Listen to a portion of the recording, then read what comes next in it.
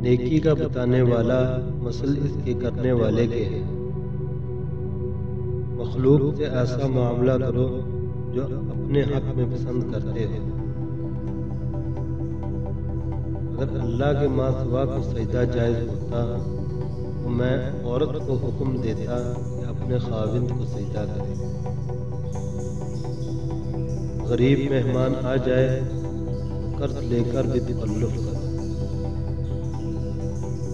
اگر کوئی شخص قرض لے تو دینے کی نیت نہ ہو تو وہ چور ہے۔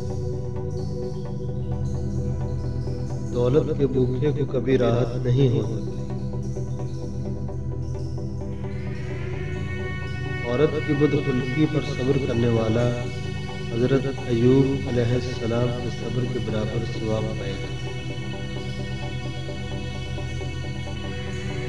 تنگ دست قرضدار کو مہلت دینا رحمت الہی کو جوش میں لاتا ہے۔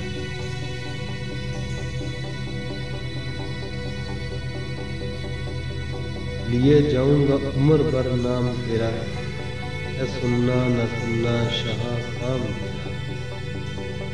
کسب دنیا تو کر ہوس کم رکھ، کہ تو دین کو مقصد رکھ۔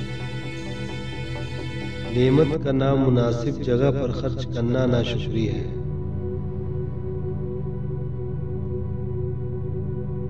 ہر نیک و بد کے ساتھ نیکی کر، اگر وہ نیکی کے قابل نہیں تو اس لائق ہے۔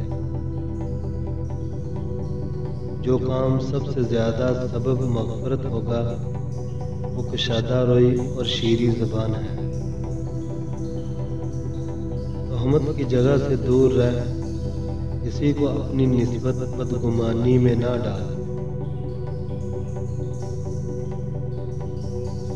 زیادہ قبور کے لیے جا، خود عبرت حاصل کر اور مسلمین کے لیے مغفرت کی دعا کر۔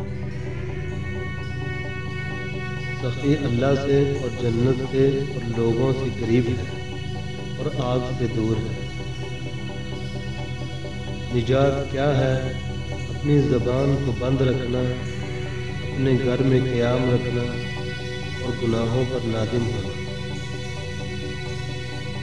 مظلوم کی بد دعا سے ڈر، کیونکہ اس کے اور خدا تعالیٰ کے درمیان کوئی پردہ حائل نہیں۔ فرمایا تکبر کی بیماری ہمیشہ احمقوں کو ہوتی ہے اور حماقت خدائی قہر ہے۔ جو شخص کسی برائی میں حاضر ہوا اور اس سے راضی ہوا تو گویا اس نے خود برائی کی۔